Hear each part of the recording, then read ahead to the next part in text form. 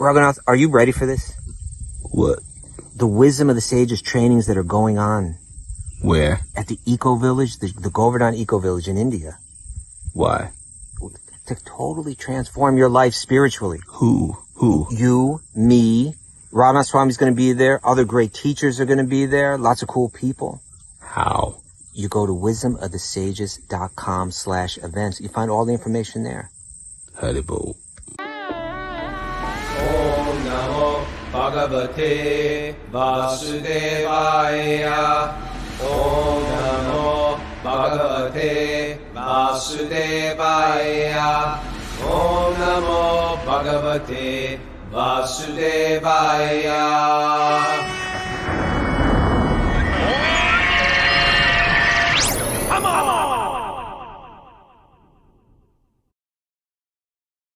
Live from Super Soul Farm, this is Wisdom of the Sages, a daily yoga podcast with your host, Raghunath, and co-host and senior educator at the Bhakti Center in New York, Stuba Das. Welcome to the show, everybody. Made it back. Welcome back. Me and Mara slugged it through. We slept pretty well on that plane, Mara, didn't we? Yeah, we slept. I slept 12 hours. It. She must have slept 14. Yeah. It's conked out. Was it the NyQuil? Tell the truth. I didn't take NyQuil. Okay. Slept. I think we were just exhausted.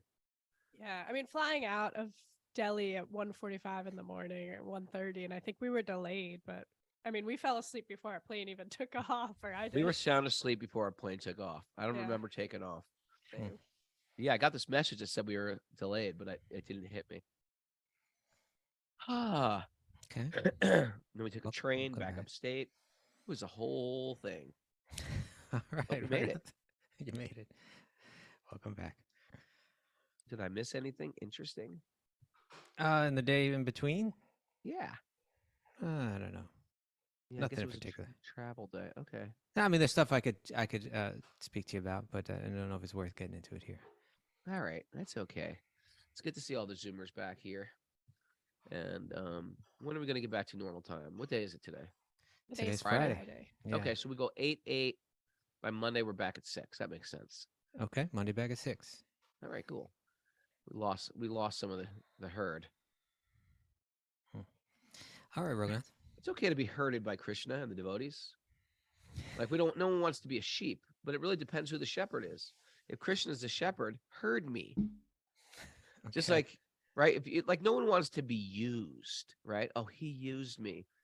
She just used me for my money. He just used me for my body. No one wants to be used unless you're being used by Krishna. That's actually our prayer. Krishna, use me. I'm yours, Krishna. Please use me. Otherwise, it's horrible to be used. What do you think about that? I think I catch your drift. I think I get where you're going with that. Yeah. Use me, Krishna. We're praying for that deeply. Oh. And I got my replacement phone, Kostuba. Oh, well, that was quick. Okay. Well, it's quick, but I can't get into my iCloud, which means nothing's on my phone. They have so much security, like I can't get into it. And they're like, well, we'll figure it out. You got 26 days. I was like, 26 days? I can't look at any of my photos for 26 days. That may be a good thing. None of my contacts. You know what? It might be. It might be a good thing. I like the way you're thinking. Yeah, not for two reasons. One, because you may, it may help you not become too caught up in dealing with your own phone, but also because think I'm a little caught up. I'm not saying that you are. I said it might. You never know. You might. I didn't say that you were or that I think you are. I just said that it might.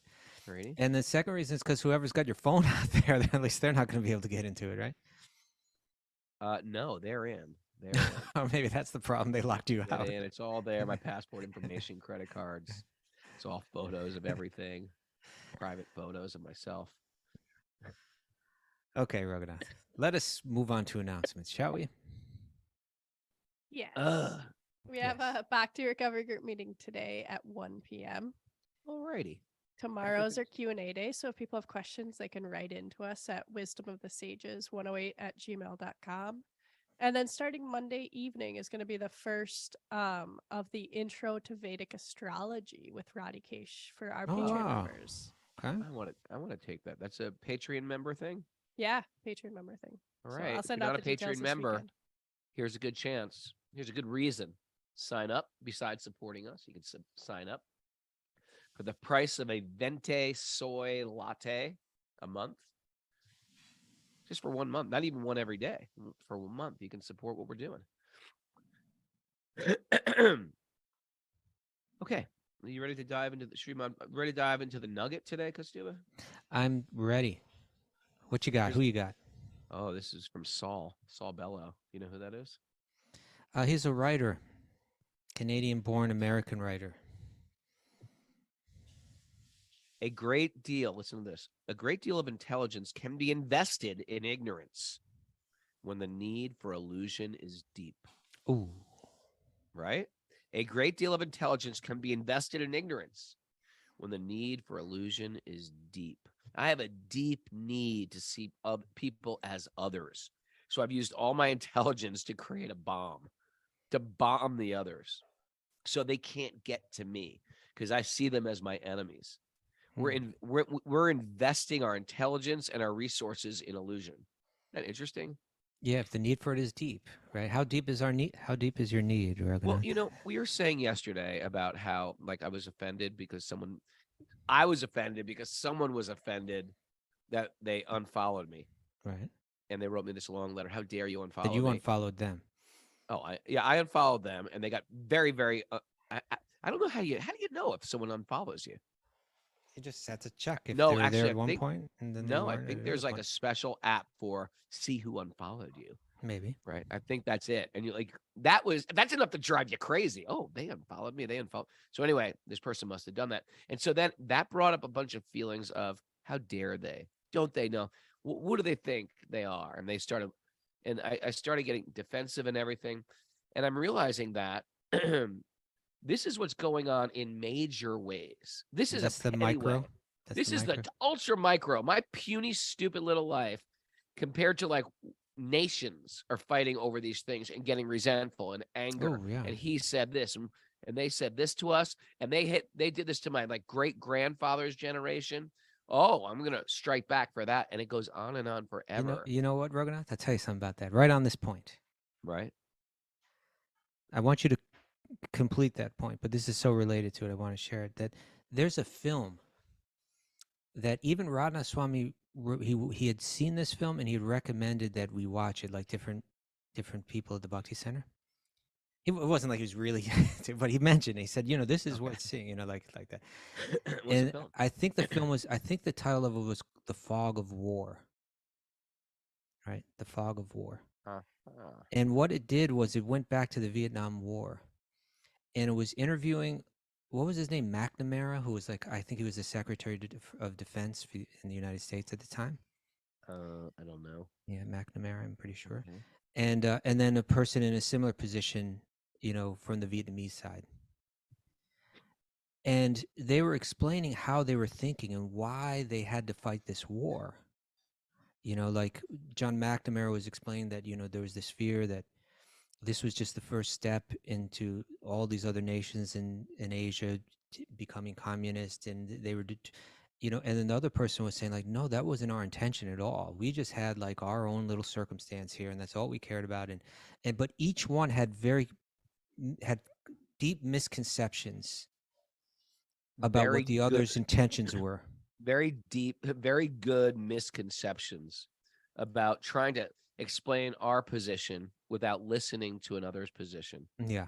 And that fear drove them to the most horrible conflict and so so many deaths of innocent people. So just based on this fog of war, like my thinking what the other person is thinking and not communicating.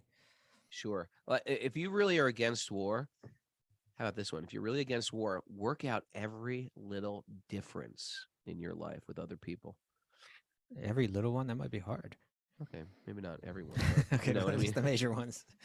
But the idea is, it's like we can't even figure out our own relationships, and we got issues with war. Of course, nations are going to go to war. Yeah. Everyone's seeing it from their vantage point. What does Stephen Covey say? Seek first to understand, and then be understood. Okay. Imagine if that was going on in. Well, we do need to try that. Now, how did this tie into the nugget again? How'd you get here? Tie into the nugget because A great deal of intelligence can be invested in ignorance when the need for illusion. So I went right to war because I was thinking, well, you went to this person that was that unfriended you, or that you unfollowed or whatever. right, but my point was that when you want to see people as others, and which is a type of Okay. ignorance, we are spiritual beings, but when you're looking for and you live in this world of criticism, fault finding, um, uh, friends and enemies, then immediately that material thinking it starts to explode. It starts to fester, Hmm. and that happens on a micro level and a macro level. So when I am in that deep illusion, when I see that yes, this person is my enemy, then I'm going to invest more time, more energy in thinking of ways of spite, revenge. How can I get back at them, etc. You put that in a macro level, and you got World War III. Mm. So that's how I was thinking of it. We Okay. invest our time, we invest our resources, we invest our thoughts, we create fear, and we Yeah. act on that. What were you thinking when you read this? Well, I mean, my mind first goes to the point is like, in my own mind, do I have a need for illusion, right? Right. You know, if I'm identifying with my body and I'm tying my worth to it, and so on, you know, then do I need that illusion? Do I need to keep propping it up? And how much energy do I invest in that? Right. Right, where you see where the enlightened person is, they kind of let go of it all. The more that we can zoom out, and when I say zoom out, I mean zoom out, but with like perfect focus, right?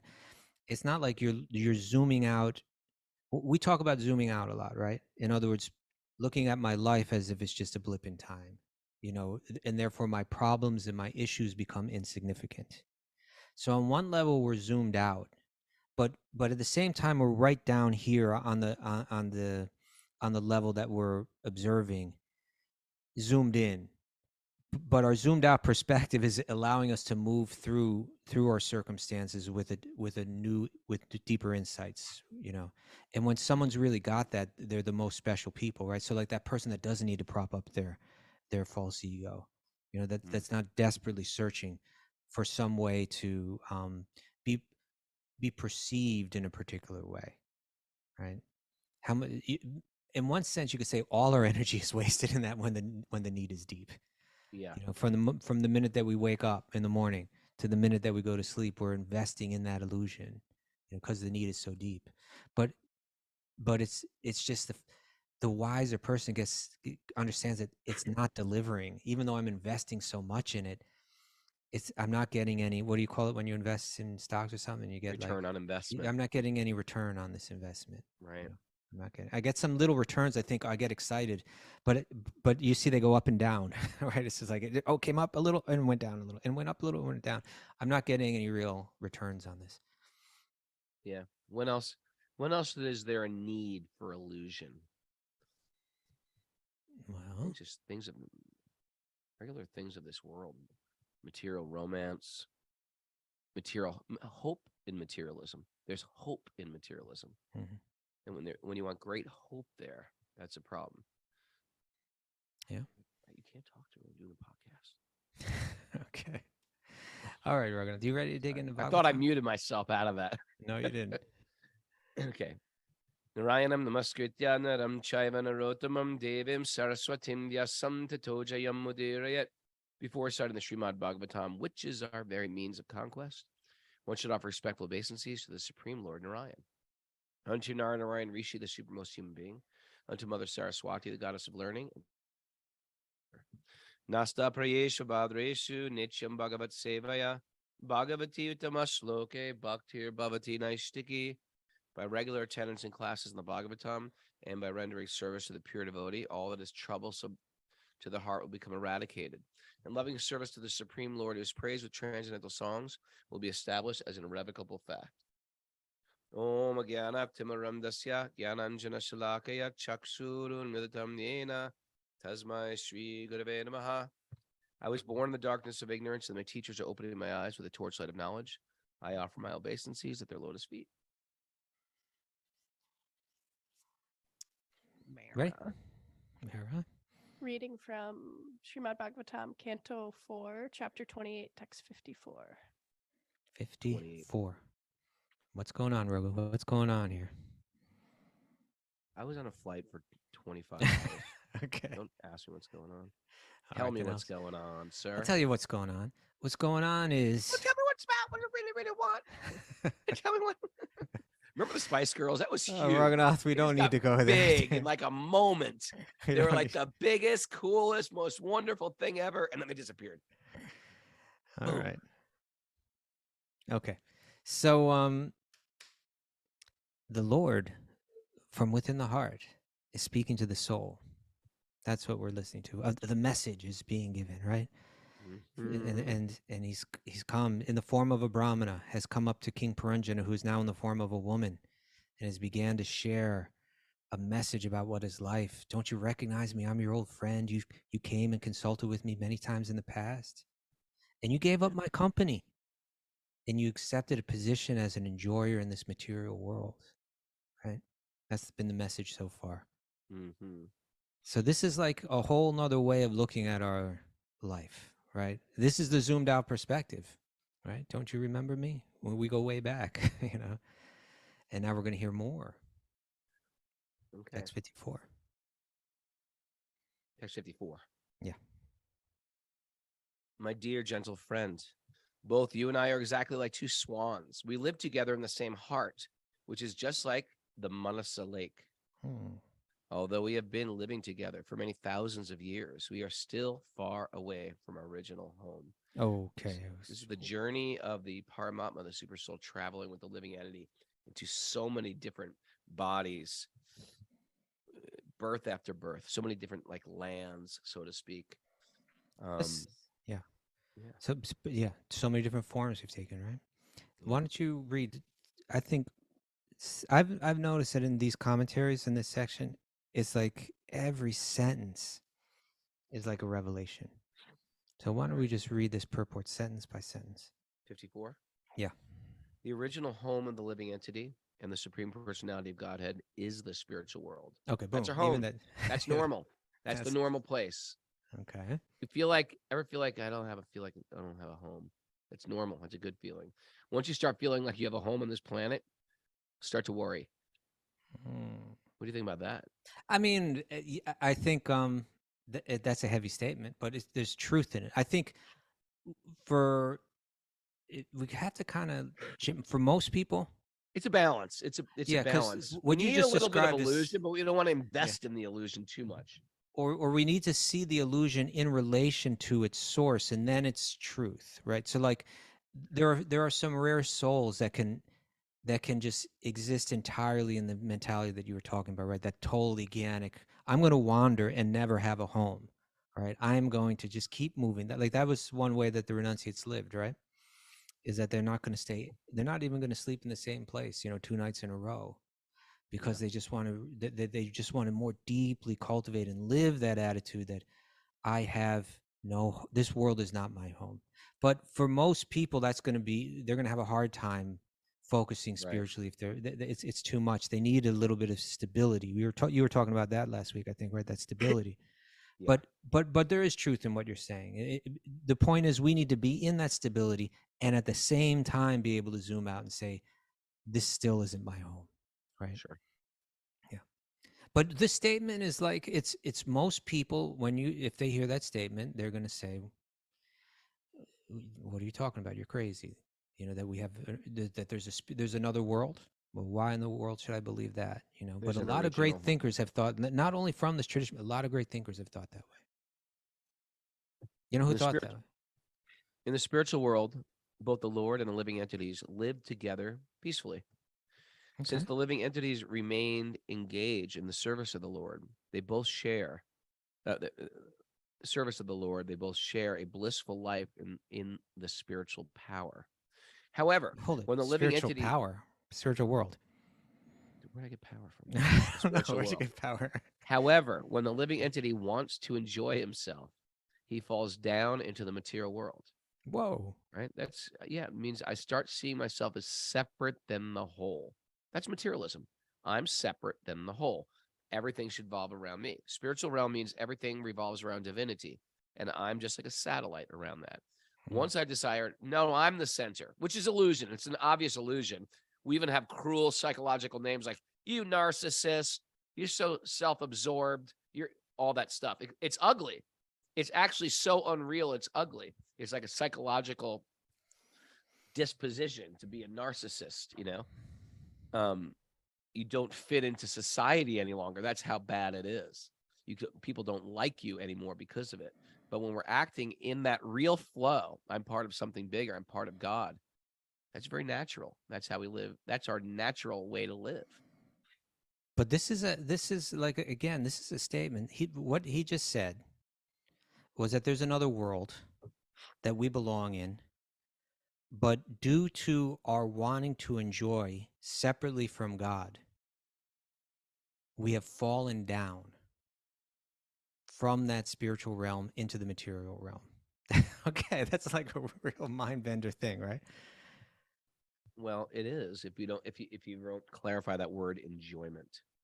Our Well, enjoyment even is through service, not through cutting ourselves off from divinity. Well, Here's that's my an good important example. distinction. Here's a good experiment for you. Okay. Like when you're in Vrindavan, you can actually shop for the deities. Like for you, you have an altar, and so sometimes people shop and they say, "Oh, I get a little throne. Oh, I get a little silver picture frame. Oh, look, a little whatever you're buying for your little conch shell." And now I've shopped for myself, and very soon it becomes depressing. Oh, I bought this, this, this, and this, and you feel so vapid and empty and banal and substanceless. But when you actually are shopping for spiritual shopping, it's actually you feel up enlivened because you're thinking, now, how can I Mary, serve like this? how did you feel when you're shopping there in Delhi? Tell the truth. I know, I've heard that you came home with a big suitcase full of all kind of fancy Indian clothes. That's not so true. We did get some stuff though. Okay. Was that an exaggeration? It was a little exaggeration. Okay. I was But I exaggerating. wanted to buy some stuff so that I looked nice when we went to the temples. You see, she was thinking of. See, If it's she's all tying tied it in. into It's all looking tied nice to in. serve the Lord, then you won't feel that lamentation. Okay. If I'm thinking, yeah, I'm gonna buy this because it's gonna make me look cool, you're gonna suffer because you're not the center. Now, Raghunath, that's an important point that you just shared, and I appreciate that. You know, this idea that again, it goes back to this postulate we're working on. You know, that like when you try to enjoy separately, you don't actually enjoy, right? We're made to enjoy.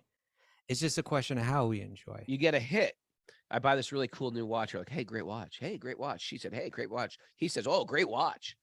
Right? You get a hit from it, but it's an ego But then, hit. like tomorrow, nobody says it, and you're just looking at this thing, and you're like, why did I spend so much money on this?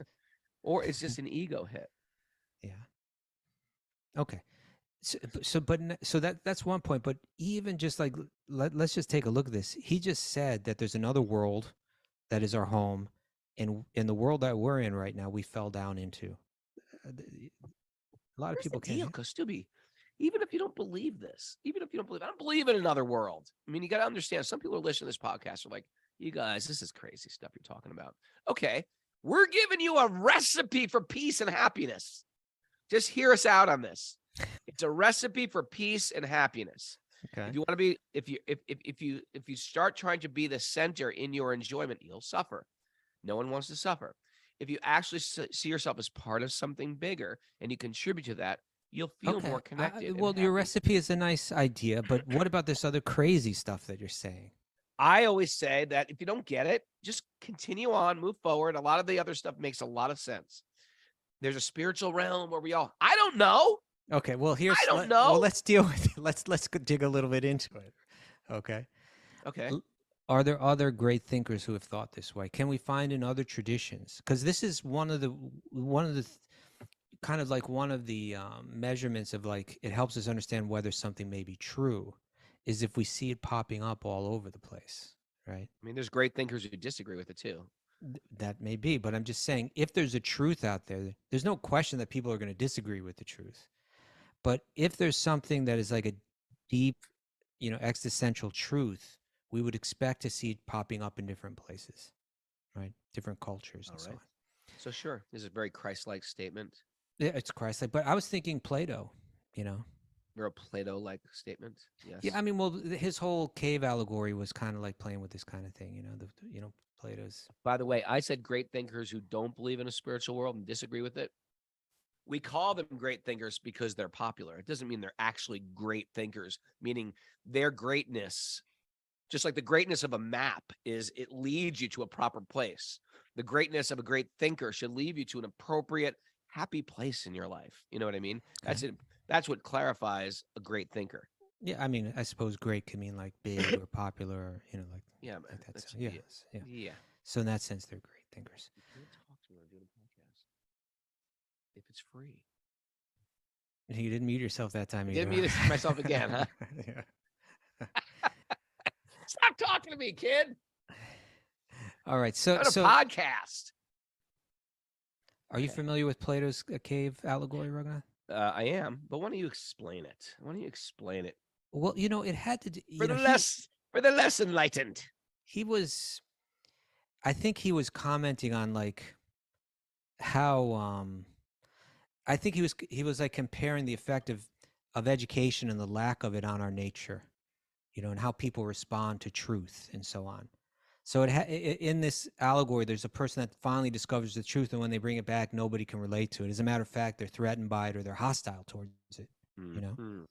But the idea was, he said, it's almost like this. It's, imagine that like you're born like in a cave with other people, and you're chained in that cave, like you're a prisoner in that cave, and your back is to the opening of the cave where the light is coming from, right? And you're forced to face against the back wall of the cave. So you've never actually seen anything but that wall. And the only thing that you see against that wall is shadows, right? Of things that are passing through the cave. You got me? You with me? I got you.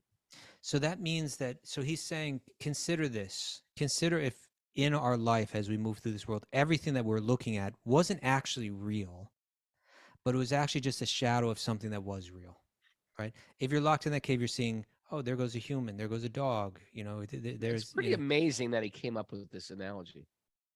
Well, that's what I'm saying. Truth popping up. Now, for all I know, he may have had some access to Vedanta, perhaps. But it's certainly a Vedantic idea, right? Sure. That's a dream world as opposed that we're in to a shadow reality. world, we're in a dream world. Yeah. Sure. And so what happens is that one person in that cave manages to break free, and they go outside. And now the first thing happens when they go outside is that like their eyes can't adjust to the light very well. So they're not really seeing well at all. Right. But then gradually their eyes adjust, and then they begin to see the truth. Mm-hmm. Oh my God, what we were seeing wasn't even real. It was just a reflection, a shadow of things that are real. I thought I knew what a dog was. All I was seeing was the shadow of a dog. Now I know what a dog actually is, and so Plato was saying we're looking at shadows in this world. The people that are in the cave, they're looking at the shadows against the wall, and they're naming them, and they're classifying them, and they're studying them. A great amount of energy is being placed in the illusion, right? So we do that in this world, like we develop inventions and technologies and science, or we spend tons of time, investing our energy in the development of whatever it may be, sports or entertainment or different things. We invest so much in these shadows, and we name them and we classify them and so on. And most people are comfortable in their ignorance of, that they're dealing with the shadows, and they think that's all that there is, right? But this person has gone out, he's recognized it, he's seen the truth, right? And he's coming back in now, right? And he wants to share the truth.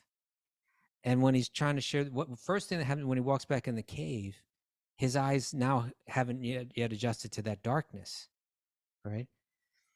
So he's not even perceiving the shadows as well as the others in the cave right now, because his eyes haven't adjusted. And to the others, he looks like, oh, this guy lost it. We don't know where he went or what he did, but whatever he did, it's not good. He's not seeing as clearly as before. And he's like, no.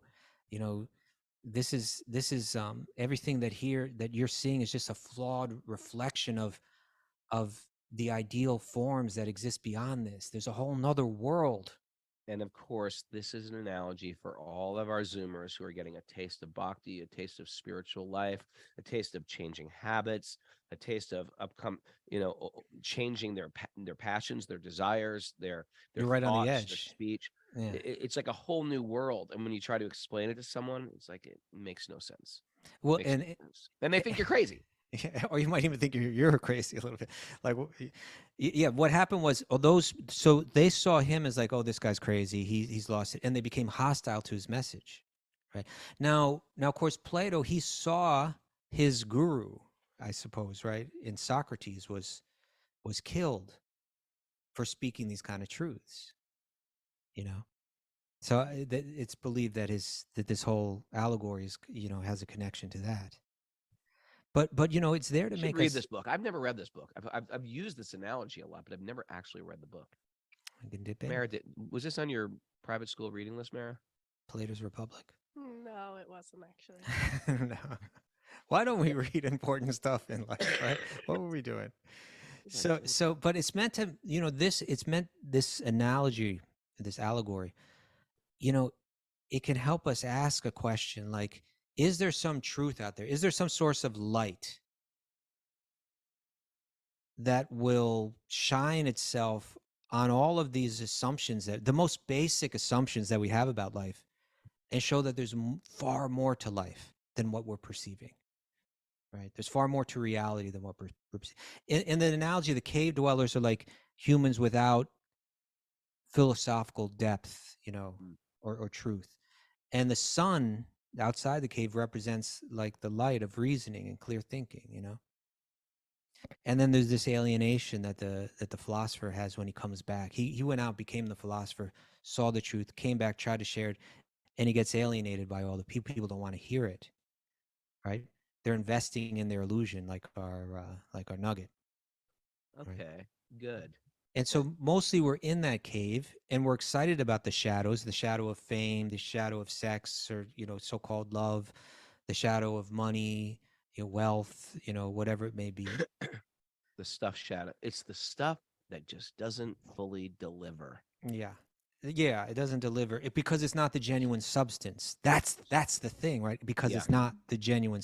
The real substance, the real dog is outside. If you want to see what a dog is, the real love is outside. The real love is outside. Yeah, exactly. The real wealth is outside. There you can't hold the real wealth in your hands. That's all crumbling wealth. It's sand. Yeah, and so what we're hearing from Prabhupada right here is very much, he said, since the living entity remains engaged in the service of the Lord, he said, we'll just go back to the beginning. He said that the original home of the living entity, Prabhupada's that philosopher walking back in, right? Yeah. He's been outside, he's coming back in, he's sharing this truth on the basis of Bhagavatam. And he's saying the original home of the living entity and the supreme personality of God is in the spiritual world. It's outside the cave, right? In the spiritual world, both the living entities and the Lord live very peacefully together. Like there is relationship out there, but the relationships that we see here are just shadows of that relationship, right? There's true relationships in the spiritual realm. There's true love. But what we're seeing here is just a shadow of it. What we're investing in here is just a shadow of it. He says, since the living entity remains engaged in the service of the Lord, they both share a blissful life in the spiritual world. However, when the living entity wants to enjoy himself, and again, as you clearly pointed out, meaning separately, right? When the leaf wants to break off of the tree to try to enjoy separately from the root, right? Then they fall down into the material world. Then you enter into the cave. Okay, shadows is what you can invest in now, right? It's interesting. But, even within our own tradition, there's like a whole debate about this, right? What do you mean? The fall down. Did we fall from the spiritual world? Well, let's not go there. No, it's worth going there. Well, my point is this, it's one of these things that people argue and debate about, because you can find things that say that we fell from the spiritual world, and you can find things that say we didn't fall, right, within the same tradition. And, we were trained, right? And I think this is really important when you get to this level of practice, that when we have two great Vaishnavas, two great bhakti yogis, and it sounds like they're saying something that contradicts, It just may be that it's not contradicting, right? But it's just like they're describing the same thing in different ways to different people at different times. It's the It- best way to view things, or else yeah. you tend to make. We should never think that great devotees are having a disagreement. They're just seeing things from different vantage points, but their heart is that how can I serve better? That's in their desire is right. They want to serve in this particular way. But particularly when it comes to these kind of concepts that are way beyond the realm of not only our senses, but even a bit beyond our realm of reason, right? Like, in other words, conceiving of existence without time. That is something that's in our position as cave dwellers. It's something very difficult to wrap our heads around, right? In other words, if you were in that cave and someone started talking about 3-dimension and color and so on, like, oh, well, a dog is a 2-dimensional thing, that has, is gray, and has no variety of color, because that's all I've experienced. I can't even wrap my head around what a 3-dimensional dog is, right? You're with me? Yeah. The color of it, the shape of it, and so on. And if someone's even describing that to me, people from outside may have trouble describing that, and they would use language and describe it in different ways. And even though the two people, what they're saying is right, the language that they're using may sound contradictory, right? So particularly when it comes to these things that are like, when we're the cave dwellers and they're talking about something that's outside the cave, that's so far beyond. This I'm going to read you something, Raghunath. You ready? Tell me. This is from Srila Bhaktivinoda Thakur. Okay. And it's a book that he wrote called Jaiva Dharma, which is a very interesting, it's written almost like a novel, but it's not so heavy in terms of plot. It's mostly about like dialogue, right? But it's like he's writing about, different people pursuing Vaishnavism, pursuing Krishna Bhakti, and speaking with great, placing their questions before deeply realized. By the way, he was a yogis. great philosopher, author, poet, Songwriter, judge. very impressive person. Yeah. Yeah. So this is what he writes in his book Jaiva Dharma. He says, the functions of creation, formation, and falling, like the creation of this world, the formation of this world, are falling into this world, right?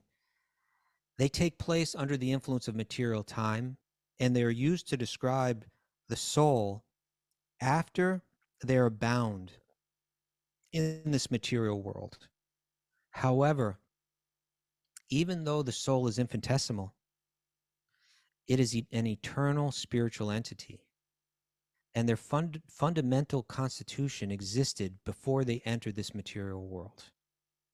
Since past and future do not exist in the spiritual world, whatever occurs within that spiritual time frame is eternally present. That means if I'm in the spiritual world at one moment, I'm in the spiritual world eternally. Although that's a hard thing for my cave-dwelling mind to kind of wrap itself around, right? I think if I'm not there now, then I'm not there. Like if I'm here now, I'm not there now. And so he says, therefore, in reality, the soul and his constitutional function are both ever present and eternal. So that means, did I fall or not fall? Right. So then he goes on. This is being spoken like as a teacher speaking in his book. And he says, I have explained all of this to you in words, but you can only understand their true meaning to the extent that you have realized and experienced the unalloyed spiritual realm. I can describe what's outside the cave, but you're not going to really be able to get it until you're outside the cave yourself, right? And so he says, I have just given you a glimpse. And then this is real important. He says, you should try to realize the meaning of what I have said through cit-samadhi, through spiritual meditation. You will not be able to understand these topics through mundane logic and debate. That's why you were saying, let's not get into that. I don't want to get into a debate, but what you're right. So he says, the more you can free your faculty of experience from material bondage, the more you will be able to experience the spiritual domain. So these are seeing with your ears. Seeing with your ears. That's right. So like if Prabhupada said on one page, we fell from the spiritual world, there's truth in that. And if in another one he says we'd never fall from the spiritual world, there's truth in that too. Well, how are they both true? That's another thing that's hard for us to wrap our heads around. You know? But he got into that, and I could read a little bit more. You want to hear some more, Rhoda? Yeah. He says, this was, someone once asked him that question, did we fall from the spiritual world? It seems like there are certain quotes that say we fell from the spiritual world. What does that mean, fall? Like, it doesn't mean we go, you know, like, well, yeah, what does it mean? You know, so in one sense, that language can be helpful for us to understand where we're at and how we got here. But in another sense, it can be confusing, particularly when we're hearing both things. So someone asked him this through a letter, and he wrote back, you know, and this is part of his letter that he wrote back. It was written to Madhu Dwisa Das in June of 1972 to respond to this question. How do we fall? Did we fall from the spiritual world? What's with that? So he said, we never had any occasion when we were separated from Krishna. Interesting. That's where for example, when a man is dreaming, he forgets himself. In a dream, he creates himself in different forms. Now I am the king, etc., like that. This creation of himself is as two things. One, as the seer, and two, as the subject matter of the scene. There's the person that's dreaming, and there's the dream, right? There's the seer, and there's what's seen. As soon as the dream is over, the scene disappears, and the seer remains. Now he is in his original awake position. Our separation from Krishna is like that. Very interesting, right? Yeah. He says, we dream this body and so many relationships with other things. Very interesting, right? That this is the shadow. This is the illusion, right?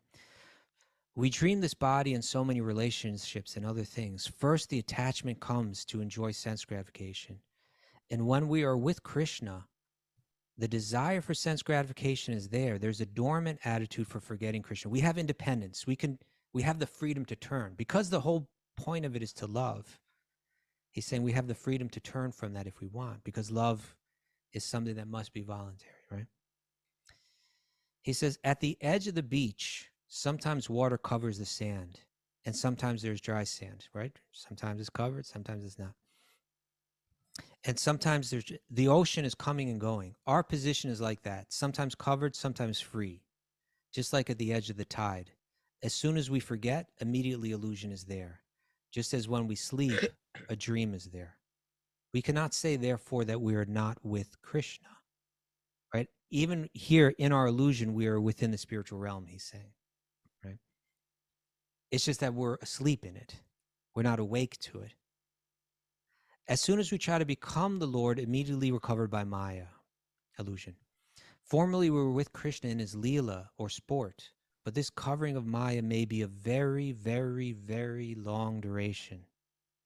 Therefore, in the interim, many creations are coming and going. Due to this long period of time, it is sometimes said that we're ever conditioned. But this long duration of time becomes very insignificant when one actually comes to Krishna consciousness. In a dream, we may think a very long time is passing, but as soon as we awaken, we look at our watch and we say, oh, it has only been a moment. Right? Interesting, huh? Yeah. Very interesting. This is another quote from Prabhupada, and this is from a talk that he gave, a Srimad Bhagavatam talk in London in 1971. He says, you are already in the spiritual sky, Krishna Loka, but you are simply covered. Just like the sun is already there, you are also already there. So actually, we are always in the spiritual world.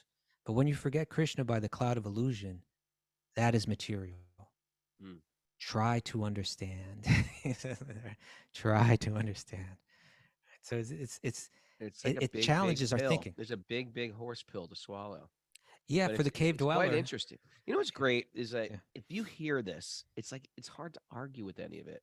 I found that when I was sort of romancing Krishna and coming around to a temple and hearing the Bhagavad Gita, I'd be like, okay, those guys say this. No matter what I heard, nothing could really just hold up to it. Like, this makes too much sense. Yeah. This became the gold standard, the board that you throw some other philosophy against to see what sticks. And you're going to find that this is the thread that ties so much of these spiritual cultures, spiritual philosophies, wellness philosophies, yoga philosophies, and it has a there's a point to it. There's a point to it. It's not just to make this world a better place, although that will happen naturally. Right. There's actually a reason why we're here, To wake up. a destination. There's a reason that we're moving and we're supposed to be working in this world. Just to even understand that frames out material existence, which is tough sometimes for people to wake up, go to work, slog through work, get home, find some food. It just like people are just to give people some framework to why to wake up in the morning. But this is very complete and fulfilling. And although it may sound absurd to a lot of cave dwellers, you know, someone like a Plato is thinking deeply about this. Someone like an Einstein is thinking deeply about these kind of things. You know, an existence beyond the realm of time. You know, that's an idea that he's playing with. That he's saying, oh yeah, this for most people are going to be very difficult for them to wrap their mind. Einstein wrote this.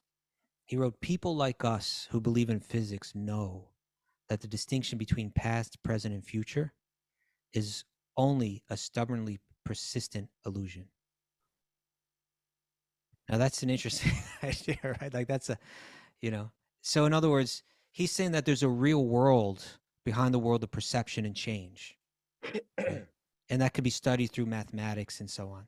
That is giving clues to help us understand this, right? So then we can ask ourselves the question, could there be any truth to Plato's analogy? And if so, who am I in it? Right? Like, am I one of the chained prisoners that is totally irrationally hostile towards hearing about another realm? Right? Or could I be like a chained up guy saying, well, tell me more about this. You know, this is interesting. Let me hear more about what you have to say. I'm not buying into it immediately, but you know, you're challenging me to really see things in ways that I haven't seen them before. Everything you've said, there's a logic to it. It's rational. You know, who am I in that cave amongst, you know, Plato's cave dwellers?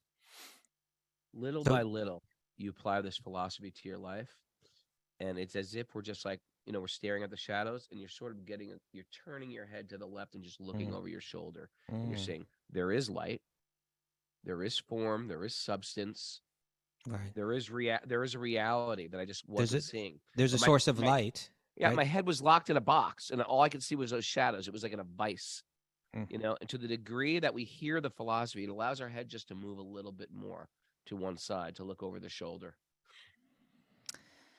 Nice. Why don't we continue and finish out this commentary? The commentary? I don't know where we are. Okay, However, when the living entity wants to enjoy himself, he falls down to the material world. Even while he is in that position, the Lord remains with him as the supersoul, his intimate friend. Because of his forgetfulness, the living entity does not know that the Supreme Lord is accompanying him as the supersoul. In this way, the living entity remains conditioned in each and every millennium. It's hard to even believe that, right? We've been in Maya not for a few years. Lifetimes of illusion we've chose. And sometimes it's just sort of like you get a whole culture, their entire, you know, birth, life, and death is just facing at that shadow. You're just faced at that shadow, and the entire culture is not even looking. Like, there's very materialistic cultures over the centuries, you know. And for some reason or another, we're in some age of Aquarius, whatever you want to call it, golden age where people are a little bit more spiritually, not just interested in a spiritual path, but the idea that spirit is one and that all these paths are meant to lead us to something greater. That there is some, you know, a rope that ties these things together. So we are in a bubble historically that even allows the conversation to exist. Hey, maybe there is just one God, and maybe we're all connected, and maybe, you know. And but so even that you could zoom out from and say that actually we're in the dark age, right? Like, in other words, if you go back to Satya Yuga, like, these things are taken for granted, right? Yes. Right? So but I get what you're saying. I'm saying relative to depending Kali on where, relative to Kali last 5,000 years where we've been just like, warmongering. Yeah, I mean, in one sense, if you then focus in tighter on, like, say, the past few thousand years, we're in a really special time. We can see things are developing. Like, we can see that the picture is getting clearer and clearer as we progress from Vedas to Upanishads to Mahabharata and ultimately like Bhagavatam, and as the Bhakti movement kind of becomes more well established and clarified, and ultimately with Sri Chaitanya and all that's revealed through that, it's like, phew, it's like, incredibly fortunate time. Fortunate time. Yeah. Me and Mara were saying, oh man, Indian culture, they lack so many things, but they've got so many things like really down right. Mm. I was like, It's a land of extremes. it's the land of extremes, but our last meal before we left was so nice. It was like they served it. You had just one plate and a million little bowls, like 10 bowls going around it. And they'd bring you food according to what you were eating, and they'd bring you through the courses and they'd serve it to you while you're going. And the taste, there was like probably 8 different sabji preparations, savory preparations, at least. And some were dry, some were Vegetable wet. preparations. Yeah. And then 3 different types of breads, and then 3 different types of sweets at the end. But they weren't. No wonder why you guys slept the whole way back. And I was just like thinking to myself, I was like, no wonder Columbus was looking for India. No wonder these guys are eating bulbs, Kostuba. They're eating onions and bulbs. bulbs. Back to the bulbs. But they're just like like the refinement of the cooking itself. It's incredible what they do. It's incredible. Like we grew up with Italian cuisine and kind of proud of it, right? But like, I'm proud of it. I still love Italian cuisine, but my God, what the Indians have done in every different region, the way they developed it in different ways, what they do with just And the serving of it was like impeccable also. Like everything was coming out like just as we were eating it, like everything was hot. They were like running up the stairs. Well, there's that one restaurant. Remember that restaurant? I forget what it was called. It's like, it had some initials like JBM or something like that. But that restaurant in Jaipur. No, in Jaipur. But you go in there and there's about 20 people waiting to serve you, like all just standing around like constantly. It's like, you know what? And they really take great pride in what they do too. They love eating and they love serving you and cooking. Anyway, it's a beautiful culture.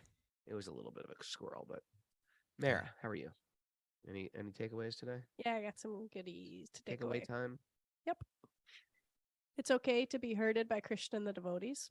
It's okay. It's okay to be herded. I can't get that Spice Girls song out of my head. I actually Googled it at one point during the show to see if there was going to be some substantial lyrics. There are none. So it's nothing to quote in that song, just FYI, in case you're thinking, well, maybe it's a deep song. It's not. It's not. You tried to Krishnaize it and it's just too challenging. I tried to Krishnaize it. You can't really. Well, you could if you want to be my lover, you got to get with my friends. So it means my if you. I guess it doesn't work. It's a horrible, horrible song. It's evil. Okay. How deep is my need for illusion, and how much energy am I investing in it? Yeah. I guess you want the devotee community to accept your lover. How about that? That's like Krishna conscious translation of that song. You want them, if you want to be my lover, then you have to be accepted by the Vaishnava community and embraced. How about that? All right. If you want to be my lover. Okay. If you're really against war, work out the major differences you have in relationships. Say that again. Say it again. This is wrong. Film the Spice Girls. If you're really against war, work out your major differences in relationships. Okay. If you're really against in other words, if you can't deal with it on the micro, what to speak of the macro? Yes. Our home is the spiritual world. Our home is the spiritual world. Simple. See the illusion in relation to truth. See the illusion. So heavy metal. Be in the stability and zoom out to understand it's not your home. Okay. We're talking about- investing in shadows on a cave wall. Don't invest there. There's no return. Invested in shadows. Spiritual reality is beyond reason. It's trans-rational. Yes. We need to take away that. Not could be a- irrational. Trans. Not irrational, but trans-rational. We need to take away that could be a Spice Girl song. None of these could be Spice Girl songs. I think we can just leave the Spice Girls. Yeah, why do we have to be talking about the Spice Girls at The all? spice. We call them the Spice Modigies. I'm Chili Spice. Turmeric. I'm turmeric spice. I'm Very chili. Shadows aren't the genuine substance. Shadows are the genuine substance? Say Aren't. that again? They are Aren't. not the Okay, I was genuine. gonna say I don't remember saying that. I don't- That's definitely not a Spice Girl song. Okay. All right. Uh, And we're here to wake up. And That could be a Spice Girl song. We're here to wake up. We're here to wake up. We're here to wake up. Up, up, up, up. and who am I in that cave? who am I in that cave? Raghunath, are you the chained up guy that's like all hostile, or are you the guy coming in and saying, "Hey, there's other three-dimensional stuff going on out there"? I'm the guy dancing on in, singing. Well, we did get this line. Here to wake up. Here to wake up. Professor Snooky says that she quotes the Spice Professor Girls. Snooky should be a Spice Girl. Professor Snooky quotes the Spice Girls, saying this piece of eternal wisdom from that song: "Friendship never ends." Raghunath. Pretty So in other good, words, girl. if it ends, it wasn't actually real friendship. It wasn't the friendship of the spiritual realm where there is no Okay. time, there's no beginning, no end. She found it. She dug in. Professor Snooky found the spiritual nugget within the You know Spice what? Girls. She's an song. archaeologist. She dug it up. Here's a question: who is your favorite Spice Girl? Me? Yeah, Honestly, Raghunath, I do not have a favorite I Spice know Girl. you don't. I know you don't. We're cool. We're too cool to like them. But was it Mel B? That's the question. Was it Mel B? Or were you more of a Jerry Hollowell? I don't even know who she is, Raghunath. You'll know Jerry is the redhead. Okay. Melanie C. Raghunath, I hope your daughter was into them or something, Raghunath, okay? Because if you came up with all this knowledge on your own, I'm a bit concerned. You couldn't help but notice them. They were everywhere.